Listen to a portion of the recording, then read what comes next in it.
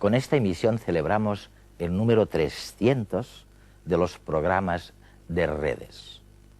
¿Qué hemos aprendido estos años de la mano de los protagonistas directos de la revolución científica que haya cambiado nuestras vidas o que haya cambiado nuestra percepción del universo?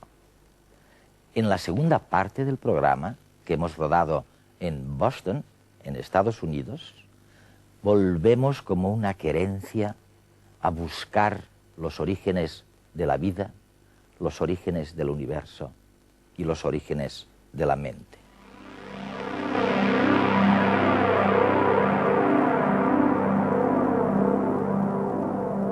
Siempre nos ha gustado estar en el medio. En la antigüedad la Tierra era el centro del universo, y lo estamos, puesto que hay cosas miles de veces más pequeñas que nosotros. Millones de veces, miles de millones de veces. Átomos, nucleones, quarks, supercuerdas y así sucesivamente. Pero también hay cosas mayores. La Tierra, el sistema solar, la galaxia de la Vía Láctea. Nosotros estamos en el medio.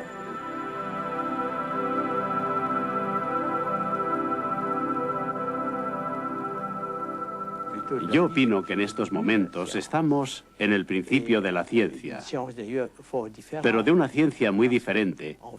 No tenemos una buena teoría de la gravitación cuántica del principio del universo. ¿Cómo se desarrollaron los planetas, las estrellas o las galaxias?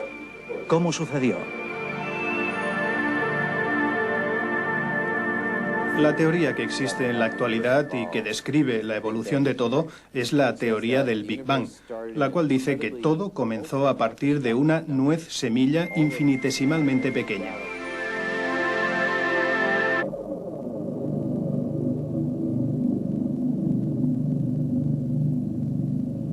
¿Quién creó la semilla y lo que sucedió antes del momento de la creación? Es una pregunta muy difícil.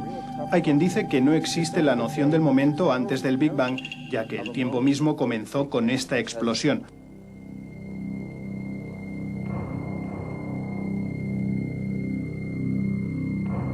Y la diferencia entre el universo temprano y el universo de hoy es sobre todo la temperatura. Cuando la temperatura era alta, el universo era una sopa continua, todo era casi completamente uniforme. Y lo interesante es cómo esta sopa se ha desgajado en gajos que se han ido complicando hasta crear lo más complicado que conocemos, que es la conciencia humana. La pregunta acerca del futuro es mucho más fácil que la pregunta acerca del pasado.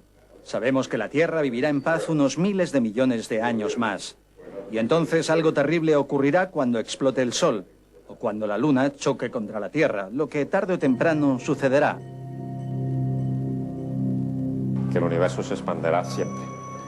Y en ese sentido se volverá un sitio aburridísimo, cada vez hará más frío, cada vez veremos menos en el universo porque las cosas se van alejando y todo lo que pasa dejará de pasar porque las cosas se enfriarán hasta un punto en que no pase nada.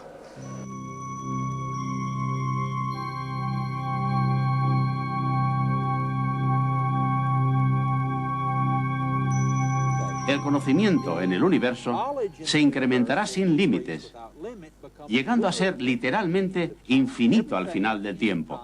Todo lo que se pueda saber al final del tiempo se sabrá.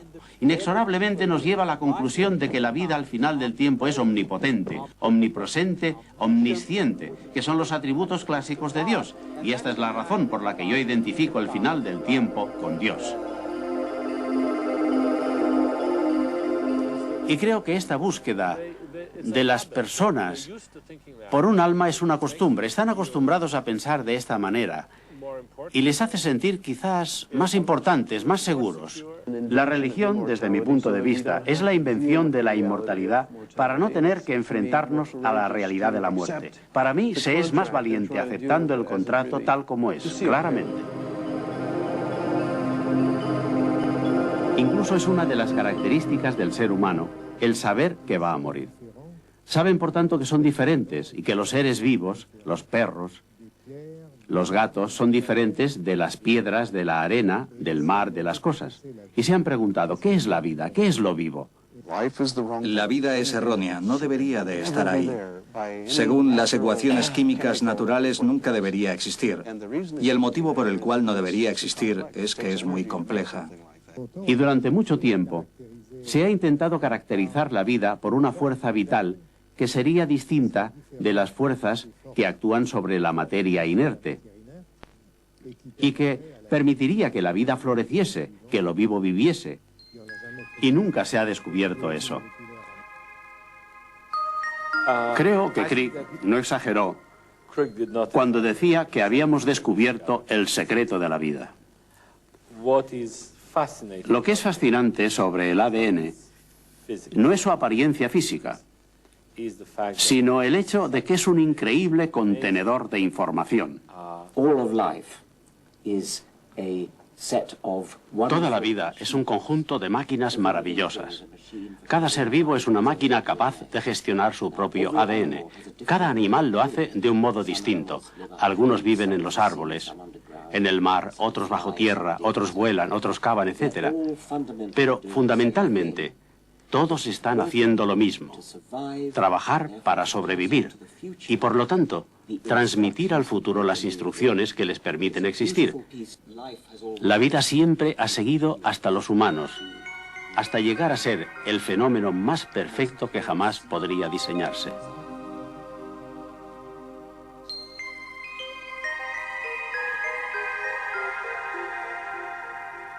Pero ahora comprendemos que la Tierra tiene miles de millones de años y que la historia de la humanidad es solo el último fragmento de un segundo en el final de este inmenso período de tiempo cósmico.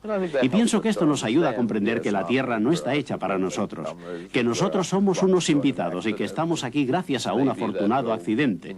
Quizá esto aumentará nuestro respeto y nuestra humildad. Y creo que la lección es que nuestra evolución no comenzó con un animal. Porque esto sería como comenzar la historia de la humanidad por la televisión. Es un anacronismo. Es tan falso. Solo hay 4.000 especies de mamíferos, solo 40.000 especies de vertebrados. Hay millones de especies de insectos y muchas otras que todavía no hemos identificado. Sin duda, los artrópodos son, cuantitativamente, la forma de vida animal dominante hoy en día, y seguirán ahí cuando nosotros ya no existamos.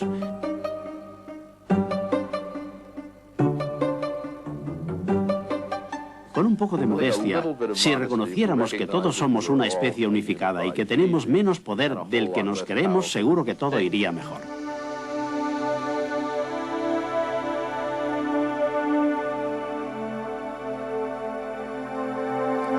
Una de las primeras cosas que descubrimos es que Darwin tenía razón y que todos estamos tan relacionados que cuando miramos a un caracol o a una mosca estamos mirando a un primo nuestro. Es increíble lo estrecha que se ve nuestra relación cuando se observa al ADN. Hay algo escrito en el DNA que aún no entendemos, que hace que con los mismos materiales se construyan dos cosas tan distintas como es un ratón y un ser humano. Los chimpancés y los humanos son los monos más estrechamente relacionados. Lo estamos más que un chimpancé y un gorila. Pero quizás sorprenda a mucha gente saber que el 98% de los genes son los mismos. Mucha gente dice, esto es absurdo, yo no soy un 98% igual que un chimpancé. Pero en realidad sí que lo eres. Algunos dicen, así a la larga un gorila o un chimpancé se transformaría en un humano. No, no, no, absolutamente no. Ellos han divergido, ellos van en otro sentido. No tienen que barrer, ellos no, en sus biótopos, y ellos no tenemos que humanizarlos porque nunca serán humanos. Nosotros hemos, en cierta manera, escogido la línea de la cultura. Ellos... Hay manifestaciones elementales de cultura, pero he escogido otra línea. Que la nuestra es mejor o peor, el que escriba el último libro de la historia de la humanidad lo dirá. En cualquier población de organismos vivos existen muchas diferencias entre los individuos. Estas diferencias son necesarias porque les proporcionan más posibilidades de supervivencia en el futuro. La diversidad es una ventaja. La diversidad no es fácil de conseguir y cuando la pierdes no la vuelves a recuperar. Hacen falta miles de millones de años para construir algo y después se puede destruir en una minúscula fracción del tiempo que se necesitó para crearlo. Sin embargo, nosotros somos relativamente homogéneos. ya que en un principio éramos una población única, relativamente pequeña, que se extendió por todo el mundo en un tiempo relativamente corto. La gente ve un grupo de gente blanca y otro de gente negra y dicen, oh, son muy diferentes, pero en realidad es una diferencia muy superficial.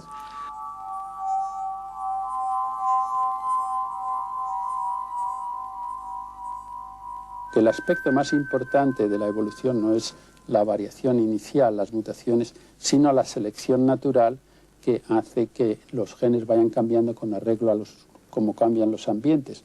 No deberíamos subestimar hasta qué punto somos y nuestro comportamiento es el producto de nuestros genes, pero es obvio que hay otros factores que entran en juego. Tú y yo no solo estamos expresados en las secuencias de A's, G's, C's y T's, sino que también somos portadores de lo que hemos comido, de la música que hemos escuchado, de los libros que hemos leído, de la belleza que hemos visto y del sufrimiento que hemos padecido. Los genes son los que nos hacen como somos, los genes del ADN, pero las ideas, en cambio, son los productos del cerebro.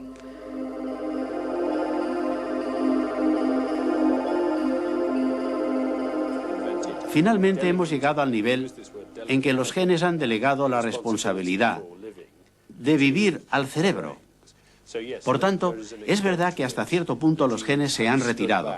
Han puesto la obra en funcionamiento, pero no están dirigiendo a los actores en todo momento.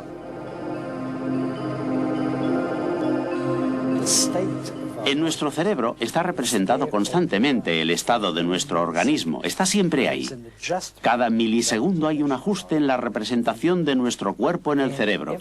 Y cada cosa de nuestra mente, cada operación de nuestro cerebro, gira alrededor de este problema, que es el problema de mantener la vida. Mi intuición es que la mente humana ha sido el resultado de un complejo diseño durante los últimos 6 millones de años de evolución. Creo que puesto que todos los cerebros en buen estado tienen 100 billones de neuronas, cada una potencialmente con 50.000 dendritas, que potencialmente pueden entrar en contacto con otras 50.000, resulta que la conectividad de ese sistema, el número de vías por las que un pensamiento circula por el cerebro, es mayor que el número de átomos que forman el universo conocido. Los circuitos entre las células nerviosas funcionan de una cierta manera y generan o toman la forma de ideas finalmente, y nosotros las transmitimos los unos a los otros por medio del lenguaje, por la comunicación. Es esto lo que ha hecho al hombre tan poderoso. Lo que sabemos es que un cerebro joven aprende muy fácilmente. Es como una esponja que absorbe cosas sin gran esfuerzo. Desde el principio, los niños emiten nuevas palabras y nuevas combinaciones de palabras que demuestran que algo muy activo funciona en sus mentes. Porque no es que los niños solo memoricen las frases de los padres, no son loros que repiten las frases. Y el papel de la evolución del lenguaje fue principalmente para conocer un mundo más grande y más amplio. Yo veo en ello el agrandamiento del cerebro humano. Creo que esta capacidad de explicar historias es uno de los mayores logros de la mente humana, y uno de los grandes espacios en que se da es en los sueños. ¿No es una de las maravillas de la vida humana el que pasemos las horas de la noche participando en esas increíbles fantasías que nos trasladan a lugares o a relaciones que de otro modo nunca conoceríamos nosotros? Creo que la consciencia es una cosa muy profunda. Hay gente que dirá que es algo que sucede y que no es muy importante. Pero yo creo que es muy importante y nos muestra una ventana al mundo físico que es completamente diferente de lo que habíamos aprendido en física. Yo creo que la conciencia es algo muy peculiar que todavía no sabemos cómo definir, puesto que aún estamos en la edad de piedra respecto a la comprensión de en qué consiste la conciencia. Pero una cosa sí sabemos, esa conciencia es una facultad extremadamente importante.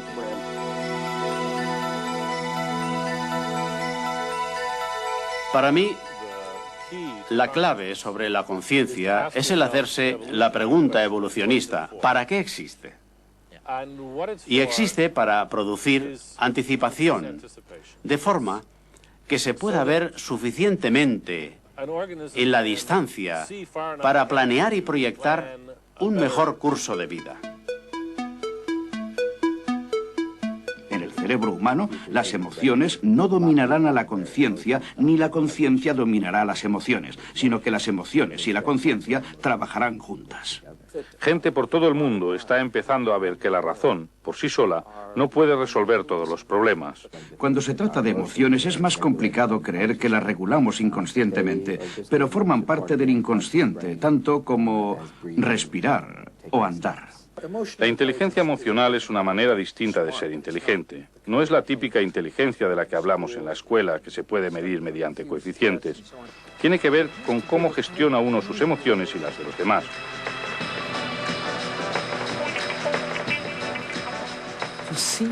El ver cosas que la mayoría no ve, como es el caso de un gran pintor, poeta o científico,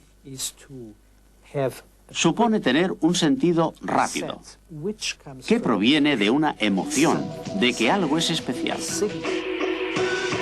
La creatividad, de una manera, es una actitud a la vida, es la actitud de crear, de generar ideas. Y la persona creativa es una persona que toma riesgos.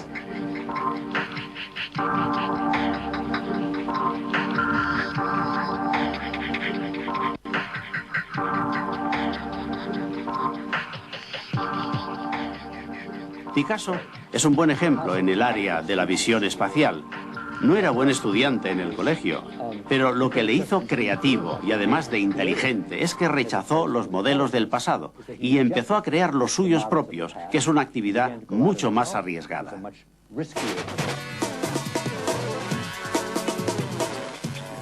Si tú piensas en un ser humano, te das cuenta de que su mente no está solamente en el cerebro.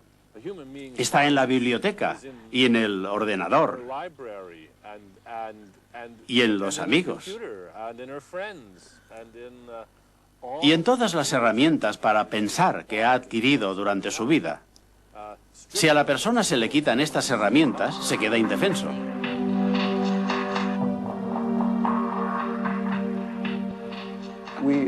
Nuestra tecnología es un intento de ampliación de nosotros mismos, de proyectarnos en el mundo y retroalimentarnos para poder percibir de alguna manera lo que no podemos percibir directamente. De forma que cuando las personas hablan de la tecnología en oposición a lo humano, creo que se equivocan completamente. Solo existe lo humano, la única tecnología es la tecnología humana. Lo que ha pasado de repente es que nosotros tenemos la posibilidad de implicarnos a nosotros mismos. Lo que la naturaleza hacía era seleccionar los individuos que mejor se reproducían. Pero ahora podemos evolucionar de otra manera. Podemos dar genes a nuestros hijos. Les proporcionan ventajas y sus hijos pasarán sus genes a mis nietos. Será así, y el motivo de que suceda así es que los padres siempre quieren dar ventaja a sus hijos. Que la terapia génica, hasta el punto en que se la dirige para corregir enfermedades, a mí me parece en principio no algo a lo que no se puede objetar. Otra cosa es la gente que habla de una terapia genética para producir un mundo mejor o gente más guapa o más inteligente, eso ya es otra cosa. Hay un movimiento en este momento en Estados Unidos de los conservacionistas de los zoológicos, que en un principio se opusieron a la clonación como algo que lo único que iba a hacer era conservar una especie y iba en contra de la diversidad genética. Pero ¿cuál es la alternativa? La alternativa es la extinción. Y la esperanza de entender cómo una célula madre que no sabe qué hacer decide en un momento hacer algo, y ese algo puede ser una célula que empieza a latir y que puede constituir con el devenir del tiempo un corazón. Eso es excepcional, nos abre unas posibilidades enormes.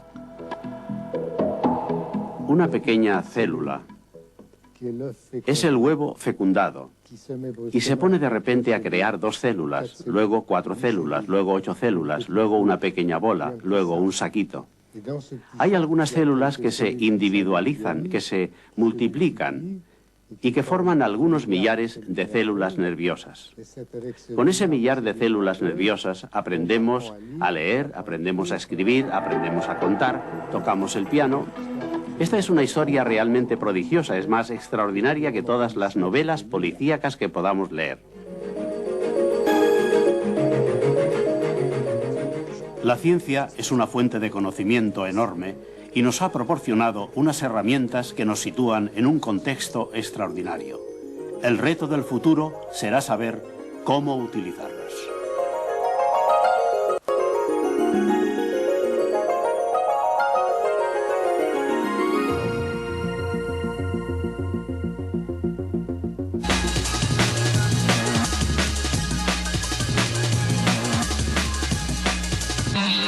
A lo largo de los 300 programas de redes, hemos elaborado más de 1.500 noticias sobre las últimas novedades en temas tan diversos como sanidad, medio ambiente y astronomía. En este recopilatorio no podía faltar la genética. El nacimiento de la oveja Dolly, la creación de células madre, la manipulación de embriones o la secuenciación del genoma humano han sido algunas de las informaciones que han marcado los últimos 9 años de divulgación científica. Uno de los avances más espectaculares registrado fue el nacimiento en 1996 de la oveja Dolly, el primer mamífero clonado de un animal adulto. Dolly nació en Escocia y vivió 6 años. A finales de 1998, un grupo de investigadores de Wisconsin obtuvo el primer cultivo de células madre embrionarias humanas y a partir de ese momento estas han sido presentadas como la gran esperanza para las nuevas terapias del futuro. Y es que las células madres serán capaces de fabricar tejidos, reparar órganos y curar enfermedades como la diabetes. De momento ya se han obtenido neuronas, músculo y células grasas. El otro gran hito se produjo el pasado mes de abril, cuando se obtuvo la decodificación completa del genoma humano, lo que permitirá conocer las causas de numerosas enfermedades. Hace apenas una década no se había extendido el uso del teléfono móvil ni de Internet. Parece que llevemos toda la vida utilizándolos, pero realmente hace muy poco tiempo que vivimos conectados a los mensajes SMS y al correo electrónico. Definitivamente, las telecomunicaciones, la electrónica y la informática se han aliado para mejorar nuestra calidad de vida. Emails, mensajes SMS o chats eran palabras que hasta hace muy poco tiempo apenas tenían sentido. Ahora todo el mundo las conoce y además disfruta de sus ventajas. Muy pronto llegará a España el sistema UMTS, la tercera generación de telefonía móvil que permitirá la transmisión de vídeo a la vez que se navega por Internet a alta velocidad. Y eso no solo será posible hacerlo a través de los ordenadores, sino también de los teléfonos portátiles. Todo un avance que hace apenas unos años era inimaginable. Por poner un ejemplo, el buscador Google recibe cada día más de 200 millones de consultas y 1 de cada 4 españoles tiene en su casa acceso a Internet. La neurociencia ha sido una de las disciplinas que más ha avanzado desde que empezó redes. Las nuevas técnicas de imagen permiten observar el cerebro en pleno funcionamiento, pero de todas maneras continúa siendo un gran desconocido. Su plasticidad y su gran potencial siguen desconcertando a la clase científica. Con las nuevas técnicas de imágenes, los neurobiólogos pueden estudiar el mecanismo de nuestros pensamientos al mismo tiempo que se están produciendo. O sea que ya es posible observar los cambios fisiológicos que se producen en el cerebro mientras pensamos o recordamos. De la tomografía computerizada por rayos X, es decir, del clásico escáner, se ha pasado a utilizar técnicas más resolutivas como la resonancia magnética nuclear, la tomografía de emisión de positrones, más conocida como PET, y la tomografía por emisión de fotones o SPECT. Estas pruebas permitirán zambullirse en el complejo mundo cerebral y paliar enfermedades como la depresión y el Alzheimer. Los fármacos diseñados específicamente para cada paciente cada día están más cerca. La farmacogenómica y la bioinformática son las dos nuevas herramientas con las que cuentan médicos y farmacéuticos para conseguir tratamientos menos agresivos y mucho más eficaces. Las terapias del futuro poco tendrán que ver con las que conocemos hoy en día. Biólogos, informáticos y genetistas trabajan codo con codo para descubrir las reglas que permitan elaborar medicamentos individualizados para cada paciente. La clave es conocer cómo se desarrollan las patologías, así como los mecanismos de actuación de los fármacos. Cada individuo tiene unos genes específicos que determinan el funcionamiento de su cuerpo, por lo que los medicamentos actúan en cada paciente de forma concreta. Así pues, muy pronto se extenderán las medicinas personalizadas según el perfil genómico de cada usuario. El láser, la resonancia magnética y las técnicas quirúrgicas no invasivas serán otros elementos claves de las terapias del futuro. La cosmología ha dado varios pasos de gigante en estos últimos años. El reciente descubrimiento de la energía oscura, la aceleración cósmica o la revisión del principio antrópico Son algunas de las posibles respuestas a las grandes preguntas que se plantean los físicos. El objetivo es saber si el universo que conocemos es el único posible o existen otros universos. Una de las apuestas más fuertes de las actuales teorías físicas es la que mantiene que el cosmos que conocemos tan solo es uno más entre los muchos posibles. Los defensores del principio antrópico aseguran que deben haber numerosos universos con configuraciones de lo más diverso, gobernadas exclusivamente por la casualidad. Asimismo, los astrónomos han descubierto que hay cierta repulsión cósmica o energía oscura que hace que el universo se esté expandiendo de forma acelerada. Paralelamente, también han constatado que los neutrinos, partículas elementales mucho más pequeñas que los electrones y neutrones, tienen masa. O sea que los neutrinos podrían formar parte de esa gran desconocida que es la materia oscura del universo.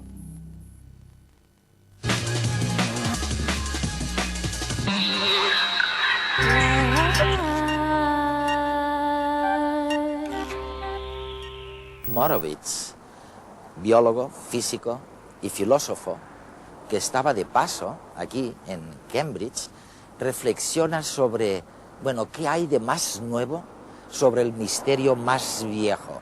El de los orígenes del universo, el de los orígenes de la vida y el de los orígenes de la mente. ¿Qué hemos aprendido en redes durante 9 años que no sabíamos cuando empezamos? El biofísico Harold Morovitch es profesor emérito de la Universidad George Mason en Estados Unidos. Sus trabajos más destacados se centran en la termodinámica de los sistemas vivos y en el estudio del origen de la vida.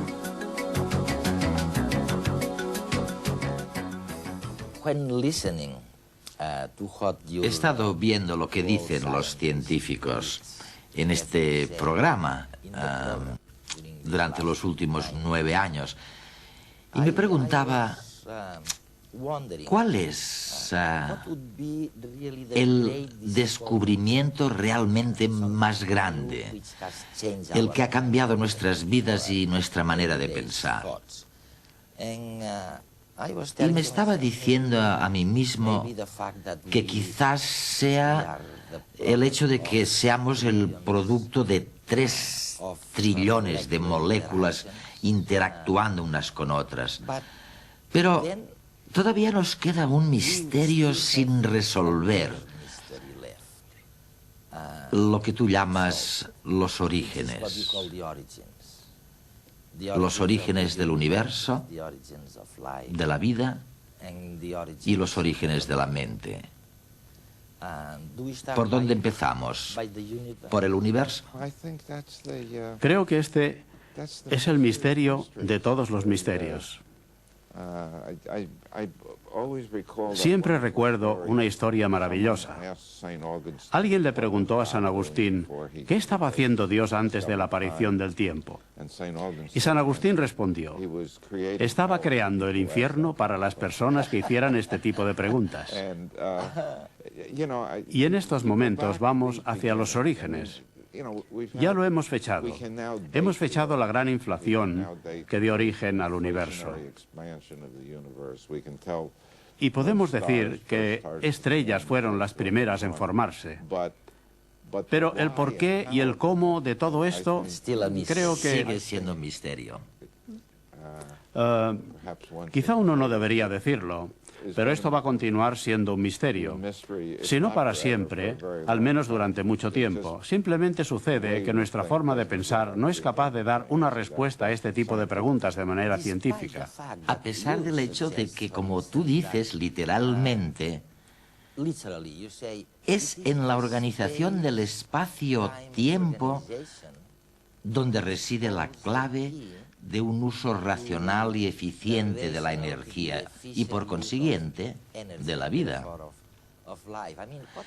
¿En qué estás pensando cuando dices que es en la organización del espacio-tiempo donde reside la clave para todo el resto, incluido la energía?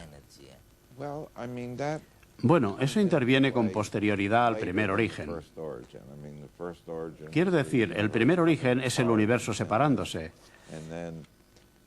Y entonces la gravedad le impide separarse del todo y se condensan las estrellas. Y de repente, de este universo aleatorio y completamente caótico emergen estructuras.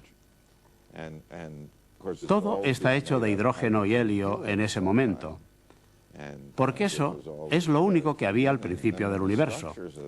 Pero entonces, cuando las estrellas empiezan a condensarse y a calentarse,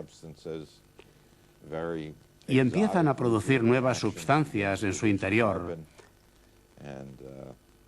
reacciones nucleares que empiezan a producir carbono y otros productos químicos, hasta que se llega a la aparición de toda la tabla periódica de los elementos. Y solo entonces, desde el punto de vista del biólogo o del bioquímico, podemos pensar en los orígenes en espacio y tiempo y uno entiende dónde están las fuentes de la energía a partir de esta condensación gravitacional y las reacciones nucleares. Ya tienes la materia con la que trabajar. Y probablemente esta es la razón por la que los orígenes de la vida son más fáciles de comprender.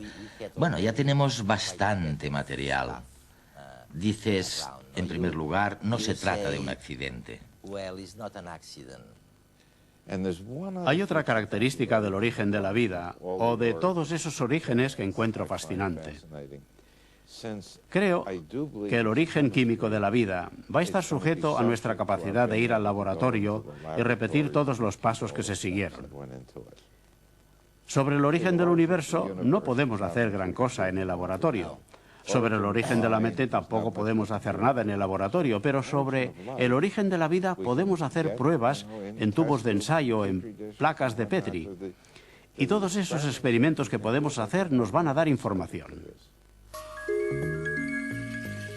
Uno de los experimentos clásicos en la biología del siglo XX es el que realizó Stanley Miller a los 23 años, con el que demostró la posibilidad de que en un océano de la Tierra primitiva se hubiera formado materia orgánica a partir de materia inorgánica.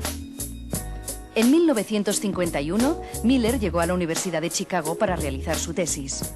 Una vez allí, conoció las nuevas teorías sobre el origen de la vida en la Tierra. Planteó un experimento para poderlas comprobar y consiguió 6 meses de permiso para obtener componentes orgánicos a partir de materia inorgánica. Miller quiso simular las condiciones de la Tierra primitiva en un aparato de cristal preparado a propósito y ahora mundialmente famoso. Imaginó un charco primitivo, caliente.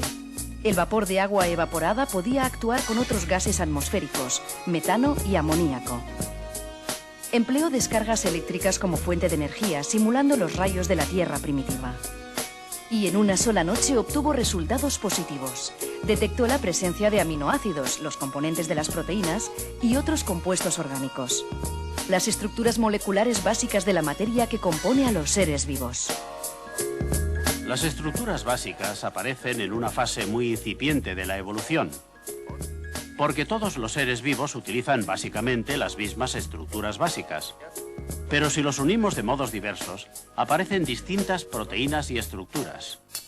Lejos aún de replicar el origen de la vida, en 1953, Miller sí simuló el origen de la materia que compone a los seres vivos. ¿Cuál es la diferencia entre estos compuestos y la materia viva? Muchos compuestos de carbono no están vivos, como los plásticos y cosas así. Y la respuesta es la autorreplicación. Los seres vivos pueden autorreplicarse y evolucionar. Esta sería la diferencia. Ahora se piensa que tal vez las condiciones repetidas en este experimento no fueran las más representativas de la atmósfera primitiva. Sin embargo, el clásico experimento de Stanley Miller nos suministra un buen modelo de síntesis orgánica en una Tierra originaria. Harold, hace unos años tuve una conversación muy parecida a esta con Miller. Stanley Miller. El investigador que obtuvo en el laboratorio, bueno, los primeros ladrillos de la vida, los aminoácidos. Y a Miller le pregunté, ¿qué te sucedió? Quiero decir, cuando descubriste esto en el laboratorio, ¿pensaste algo así como que enseguida después vendrían las proteínas y después una célula viva? Y bueno, él todavía está en esta historia. Todavía estáis en la fase de los aminoácidos. ¿Sois capaces ahora de fabricar, de manufacturar vida en el laboratorio? Creo que estamos empezando a entender los principios de cómo se produjo esto. Los tipos de ciclos químicos, no solo los elementos químicos individuales condensándose y formando moléculas más grandes. Creo que estamos empezando a entender que la química, la bioquímica que tiene lugar en nuestro interior, sigue un procedimiento muy ordenado con ciertos ciclos energéticos y ciclos que se combinan con otros ciclos, encajándose entre sí en formas muy extensas para hacer que el conjunto funcione. Y creo que en esto estamos empezando a entender mucho más. Con respecto a esto, tú has dicho que hay un ciclo particularmente importante. ¿Cuál es? Sí, el ciclo principal. Sí, tú lo llamas el ciclo del ácido cítrico o el ciclo de Krebs. Y dices que es el centro de la vida, que en todas partes donde hay vida hay este ciclo. Es verdad. Y en cierto sentido no es realmente un nuevo principio. Conocemos este ciclo desde hace 50 años. Krebs ganó el premio Nobel por ello, pero creo que es significativamente diferente porque, primero, se encuentra en todo. Toda célula de todo organismo vivo tiene en su totalidad o en parte el ciclo ácido cítrico en funcionamiento. 2, porque parece que hubiera estado presente desde hace 4.000 millones de años, desde el origen mismo del primer material presólido. Eso quiere decir que es realmente... Es como disponer de un fósil, ¿no? Es como... En realidad, es más antiguo que cualquier pedazo de roca que podamos encontrar. Las rocas más antiguas que hemos encontrado son de hace 2.500 millones de años, y creo que este proceso químico se remonta a hace 4.000 millones de años. Es un fósil virtual, y la razón por la que todavía lo tenemos es porque se reproduce en cada célula y en las células sucesivas. Y parece no haber cambiado, parece ser muy robusto. Y creo que es este centro el que organiza desde un punto de vista químico toda la biología. Todo lo que sucede en biología viene de lo que ahora llamamos el principio de retroalimentación. Tiene que alimentarse para beneficiar al ciclo y hacer que siga funcionando. Porque el hecho de mantener el ciclo en funcionamiento es el origen de todos los bloques de construcción de la vida. Todos proceden de ese ciclo. ¿Quieres decir grasas, azúcar? Los aminoácidos, las bases de tipo nuclear y todos. Todo procede de este ciclo. Pocas cosas encontraremos en común si comparamos una bacteria microscópica con un enorme tigre o con una flor silvestre. Sin embargo, si nos sumergimos en su interior, si comparamos la materia primera de la que está hecha la vida, veremos que las diferencias no son tan grandes. Todos los seres vivos estamos formados por lo mismo, las células. Pero, ¿qué es lo que ocurre en su interior?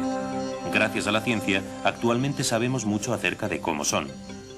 Sabemos, por ejemplo, que el interior celular es un enorme mecano que funciona a partir de 4 piezas fundamentales: los aminoácidos, los azúcares, los nucleótidos y los lípidos. Continuamente se combinan entre sí, dando lugar a estructuras complejas con funciones específicas. Los diferentes tipos celulares generan diferentes construcciones que, a su vez, definen la característica del ser vivo al que pertenecen.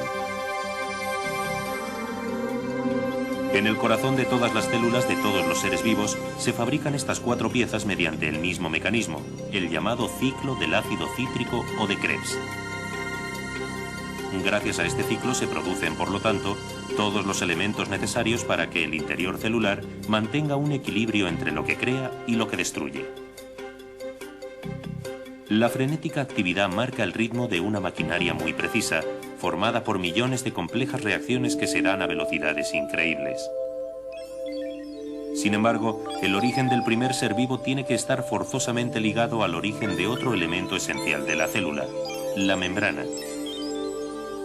Esta delimita el espacio donde se genera la vida, el lugar donde se dan todas las reacciones químicas. Por tanto, Todo ser vivo está rodeado de una membrana que lo define como tal y lo protege de las agresiones del medio externo. Separa lo vivo de lo inerte, lo activo de lo pasivo. Así, mientras nosotros estamos envueltos en piel, nuestras células están envueltas de capas membranosas que permiten la generación de vida nueva en su interior.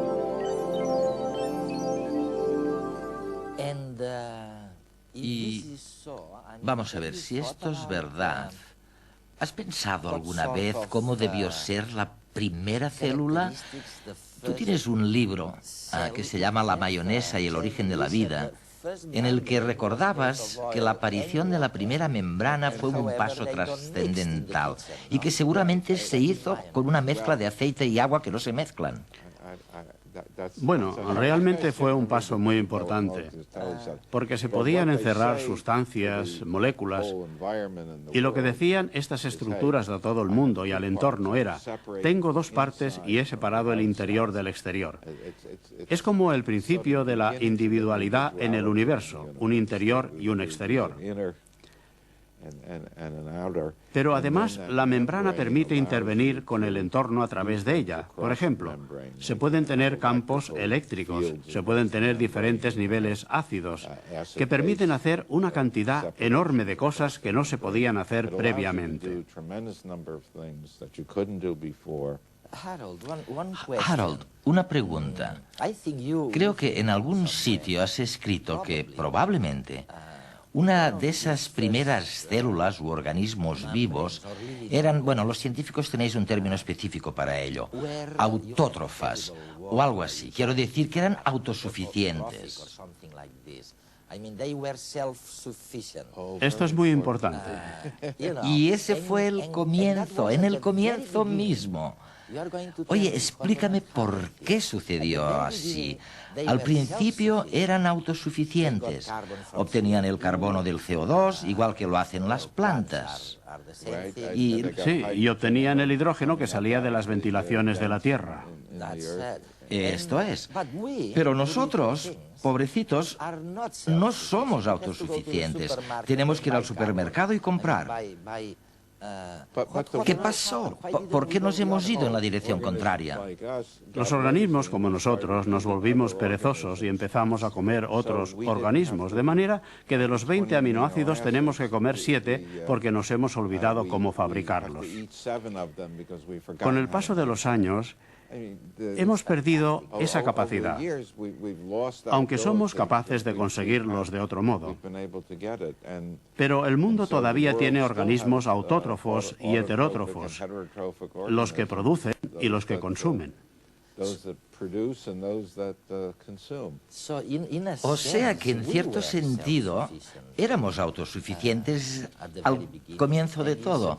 Y lo que tú sugieres es que, bueno... No, porque nosotros no hemos evolucionado directamente desde el estadio de las bacterias. Pero, oye, ¿podríamos imaginar un organismo vivo parecido a nosotros que fuera autosuficiente, que no fuera un depredador? Bueno, no sé hasta qué grado de complejidad se puede llegar siendo autosuficiente, pero existen esas historias de ciencia ficción en las que un hombre desarrolla la capacidad de asimilar genes de clorofila, de manera que estos seres humanos pudieran hacer la fotosíntesis y no tuvieran que alimentarse. Como he dicho, de momento se trata de ciencia ficción, pero no sé si es inherentemente imposible. Muchas células ciertamente tienen estas capacidades químicas.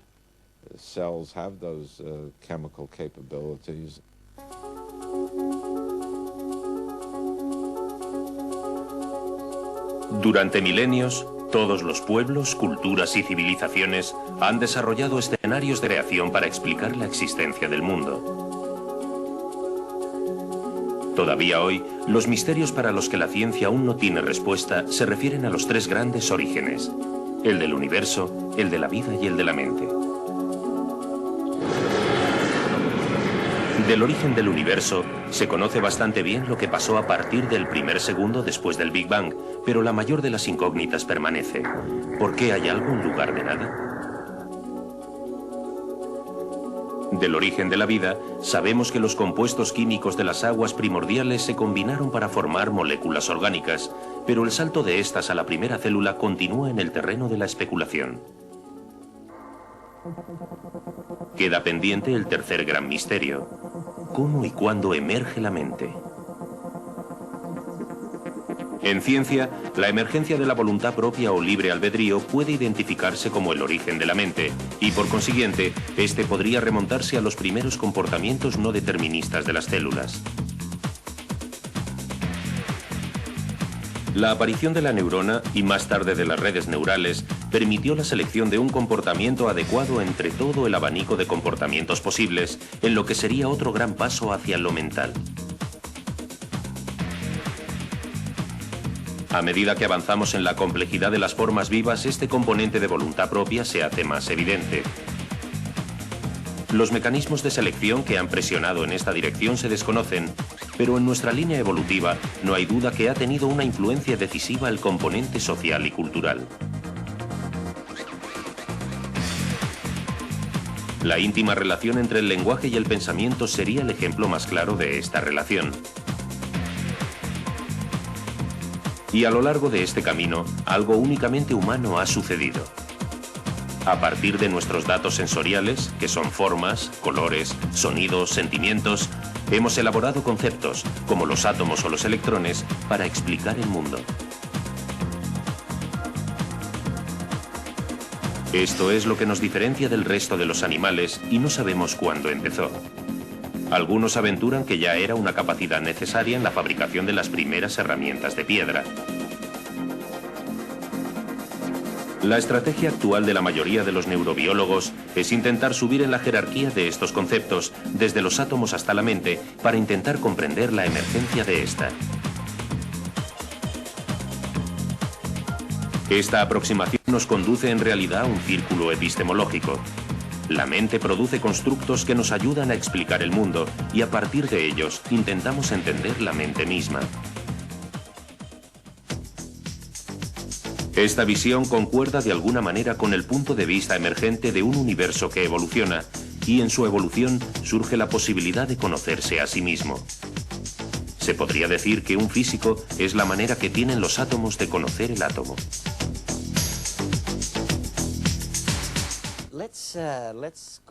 Vayamos a la tercera gran pregunta. No la vamos a llamar misterio. Me refiero a los orígenes de la mente. Aquí el debate parece que está muy bien definido.